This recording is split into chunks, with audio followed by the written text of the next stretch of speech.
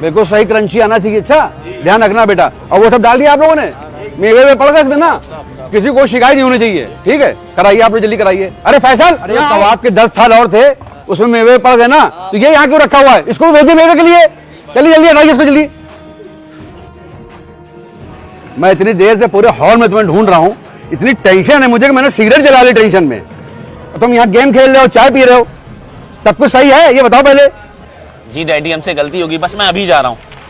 जाइए देखिए, जाइए काम। अरे ये बर्फ कहां से, कौन कौन ले आया यहाँ पे बर्फ? हटाओ यहाँ से। हाँ सलाद का सारा सामान आ गया भैया। बहुत बेहतरीन सलाद कटनी चाहिए, है बेहतरीन एकदम। ठीक है, जल्दी कराओ काम फटाफट। काम तो निपट गया है, 50% तो काम निपट गया। अभी 2 घंटा निपट जाएगा इंशाल्लाह, काम हो जाएगा काम। डैडी डैडी जीजा जी का फोन आ रहा है। दामाद जी का फोन आ रहा है जी। हेलो। अस्सलाम वालेकुम ससुर जी। वालेकुम अस्सलाम। दामाद जी कितने बजे बारात आ रही है? जी बारात तो आएगी, लेकिन वो मुझे कुछ जरूरी बात करनी थी। मैंने आपसे क्रिएटा की मांग की थी, लेकिन मुझे पता चला है कि आपने क्रिएटा नहीं लेके वैगनार गाड़ी ली है। जी बिल्कुल सही सुना है आपने। तो मतलब क्या सही सुना? जब मैंने आपसे कह दिया था कि मुझे क्रिएटा चाहिए, तो आपने वैगनार क्यों ली? बेटा क्रेटा हम आपको कहां से देते बेटा? हमारे पास बेटा वैगनारी की हैसियत थी। नहीं, ऐसा थोड़ी ना होता है। जब मैंने क्रिएटा गई थी तो मुझे लगता है मैं बारात ना लाऊं। आप यही चाहते ना? तो ठीक है, मैं बारात नहीं लाऊंगा। नहीं दामाद जी, ऐसी बात नहीं है। तो कैसी बात है फिर? आप परेशान ना होइए। नहीं, मैं अपने बड़े भाई को भेज रहा हूं आपके पास, वही अब आपसे बात करेंगे। रखिए।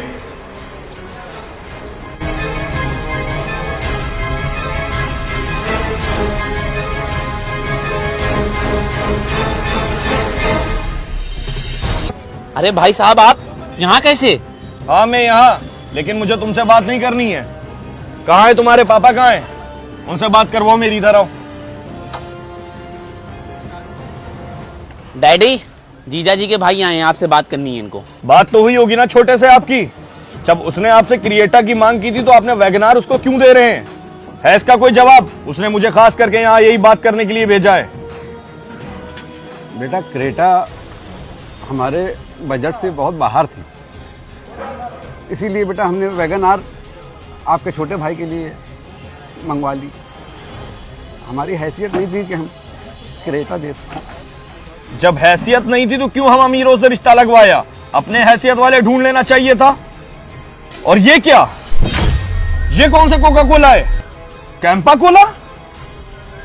क्या पेप्सी और कोका कोला की भी अब आपकी औकात नहीं रह गई थी जो आप ये चलवाएंगे यहाँ? बेटा आप क्या लड़ने के लिए आए क्या? बेटा ये इसलिए मंगवाया था कि हमने इजरायली प्रोडक्ट को बिल्कुल बाइकाट कर रखा है।